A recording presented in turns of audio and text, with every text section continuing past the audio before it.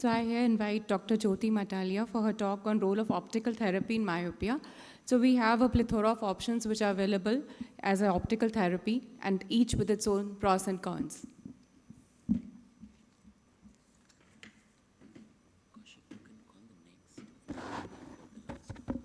So good afternoon all.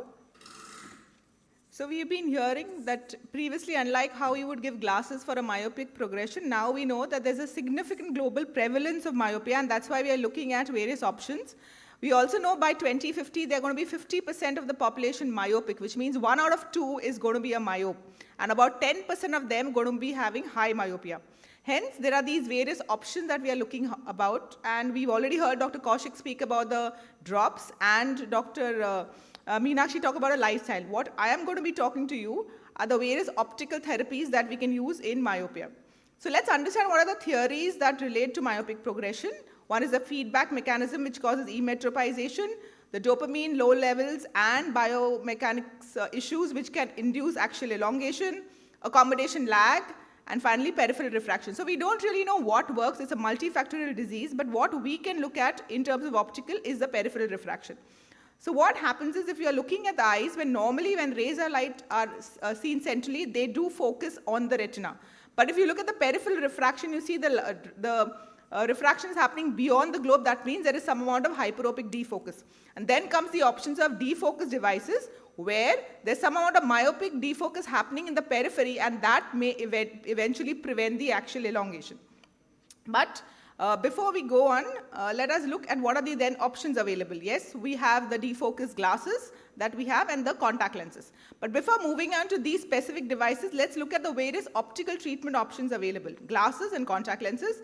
In glasses, previously it was a single vision with undercorrection or a progressive additive lenses, which is not much used now to prevent the progression. But definitely the defocus and the contrast altering glasses.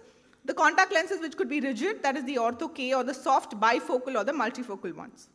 So let's look at the various options which we are going to look at. The DIMS by Hoya, that is a defocus incorporated multiple segments. The Hall technology, the highly aspheric lenslets by Stellest, that is the Stellest glasses by Essilor. The diffusion optic technology, the DOT by Essilor, and cylindrical annular refractive element CARE by Zeiss. So let's look at individual of each of them. So this is basically a particular DIMS glass which has a central clear zone of 9 millimeter for distance refractive correction, and around that you will see about 33 millimeters of 400 multiple defocus segments, each about 1.03 millimeter diameter and having a plus 3.5 millimeter myopic defocus. So this defocus along with the central focus is meant to prevent the axial elongation. Then comes the Hall technology, where you can see that there are basically 11 rings which are of defocus which induce, and if you look here you have the classical volume of myopic defocus which is induced, and that is what this particular technology does, the entire three-dimensional volume of defocus. Then comes the DOT technology. What they do is the central area is going to be clear, that takes care of your central refraction, but peripheral there are multiple dots. What is believed the abnormal contrast between the cones is responsible for axial elongation.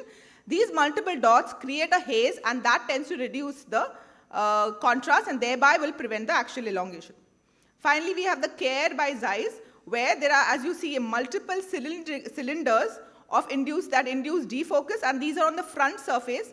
This defocus and focus is what will prevent the myopic progression. So here we have these 4 options, of which we can see these are the 3 which are considered causing the myopic defocus and thereby the defocus glasses, whereas this is the one which modifies the contrast.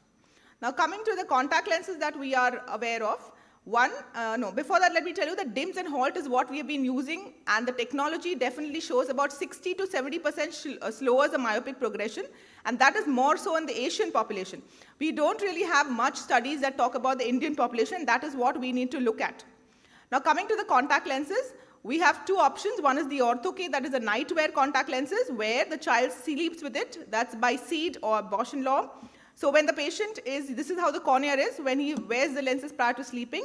Entire night wear, minimum about 8 hours, and next morning if you see there's an altered shape of the cornea for which the child need not wear the glasses the whole day, and that is the advantage. Especially if the child does not want contact lenses, that's a good option for the whole, does not want glasses the whole day, he can be without glasses. All he has to do is wear the night wear contact lenses. Then the soft CLs, which is that is called as MySight OcuView. Both of them have the classical treatments which create a myopic defocus and a corrective zone. So both of them are meant to prevent it from going up. So these are the daytime wear contact lenses. Now, there are certain specifications we have to know when we are either ordering of these. These are definitely available in India and commonly used. So you should know that the spherical equivalent factor should be about, total spherical equivalent should be not more than -10, and the maximum cylinder is about -4 for the DIMS and the HALT. But in case of Ortho K, the cylinder is not more than -1.75. So when you're ordering lenses, you need to be aware of the same. So just to know that those are the options which cause myopic defocus are the DIMS, the HALT technology, the CARE, Ortho K, and the Soft OK. So these are the ones that are now available, which we can look at. But what we need to understand is there are multiple options, and long-term studies, however, in Indian scenario are not there, and that is what is important. So with this, we have the advantage of the peripheral refraction, and we have studied about 228 eyes on the open field autorefractor. We tried to use it to see whether there is some amount of refraction hyperopic defocus present or not. And we found about 54% of our patients actually had myopic defocus than the hyperopic defocus. And for that, what we further analyzed them in the various sites. That is, we looked at them superior, inferior, nasal 20 degrees, nasal 30 degrees, temporal 20 degrees, and 30 degrees. And we found that the more amount of myopic defocus was seen in the nasal quadrant, whereas the hyperopic defocus was more in the temporal quadrant. And then on this basis, we have followed our treatment and given the different line of options.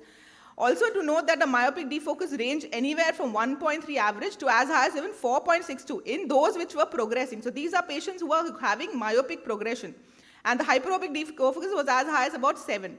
So what I would want to say is that depending on this, we have categorized our patients and are looking at options of those with myopic defocus, LDA, defocus glasses as the parents insisted, and some of them refused treatment. So these are a group of patients. And hyperopic defocus, we gave defocus glasses in about 52% of them, Ortho K in 3, and LGA in 4, and refused treatment in 34. So these are the patients we have distributed.